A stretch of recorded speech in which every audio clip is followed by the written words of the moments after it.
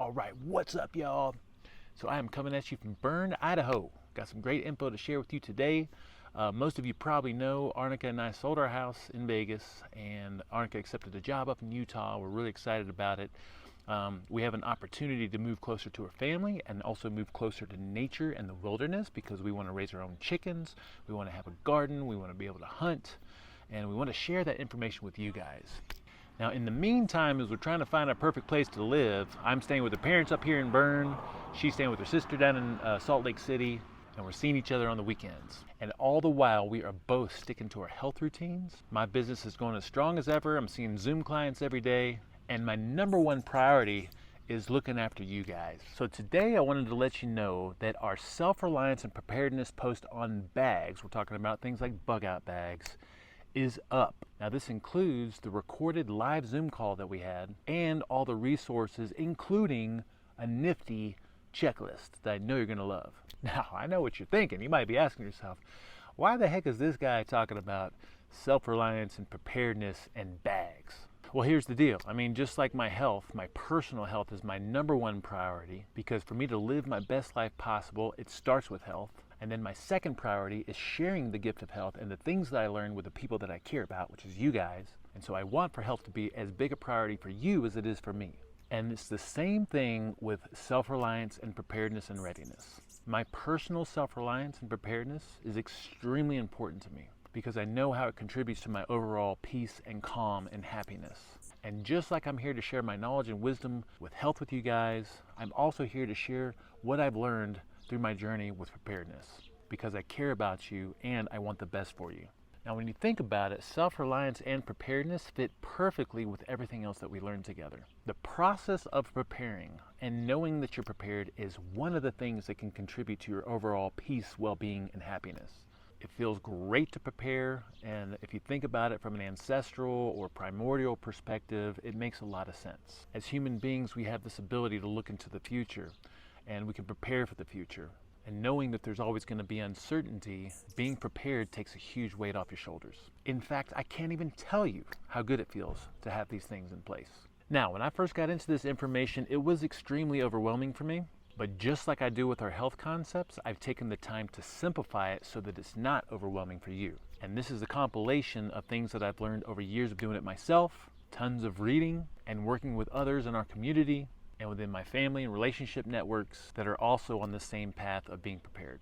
Now, your first step towards self-reliance is going to be your own personal health, and that's exactly what we do here together.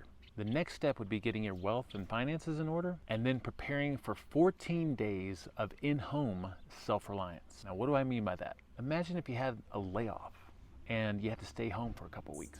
Or imagine there was rampant inflation and we had food scarcity, and you didn't have the ability to go to the store, or maybe it didn't even make any sense because there wasn't anything there. Or imagine there's a citywide dangerous situation that forced you to be in your home for an extended period of time. Or imagine the power grid going out for a couple of weeks.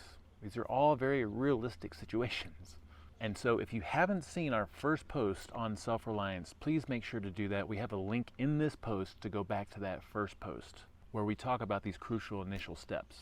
Now let's get to the post that we're here to talk about today, which is the bags post. Now when we say bags, we got several bags that we recommend you put together over time.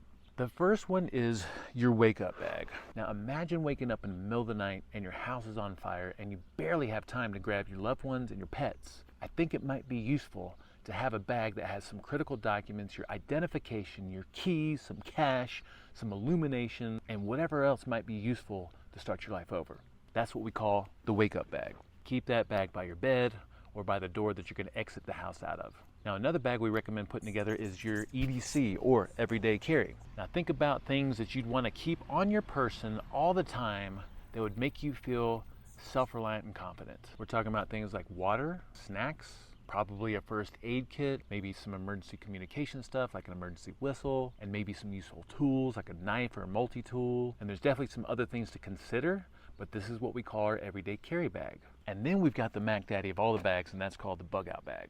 Now imagine having a citywide emergency breakout and you had to leave home really fast. Or imagine, because of the craziness of what's happening, there were some riots in the street and you didn't feel safe to stay in your home. You would benefit from having a bag that gave you 3 days worth of self-reliance on your back and included everything that you needed to get you to your next destination, whatever that is. That's what we call the bug out bag.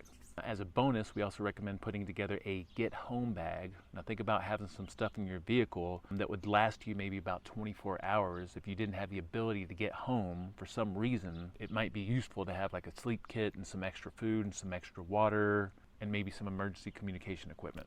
So what I need you to do is, if you haven't gone through that first post on self-reliance where we talk about your health, your wealth, and 14 days of at-home self-reliance, then please make sure that you do that. We have a link to that post in the post associated with bags, and it will also be in the post associated with this video. And then second, I need you to go through this post on bags. Watch the recorded live video on bags, and then go through this post and start to chip away at these bags. If I could make a recommendation on where to start, I'd probably start with the wake-up bag, because the prerequisites to that are your emergency communication plan and critical documents. You'll see what I'm talking about when you get into it. It's very easy to put together. Feels really good to have that put together. Next, I'd work on your EDC or your everyday carry bag, because this thing is fun to put together and it feels so good to have that on your person all the time. And then finally, you're just chipping away at the bug out bag. Now, this information is important. Remember, your personal health is the #1 most important thing, and that's what we're working on here together. And then moving towards self-reliance and preparedness is a next great step. And I promise you, as you work on this stuff, it's gonna feel really good. Now, as always, if you have questions, comments, feedback, even snide remarks, you can put it in the comments of the post associated with the thing that you got questions or comments about. And as always, I am living a life of service. I am here to support you and make sure that you keep it real.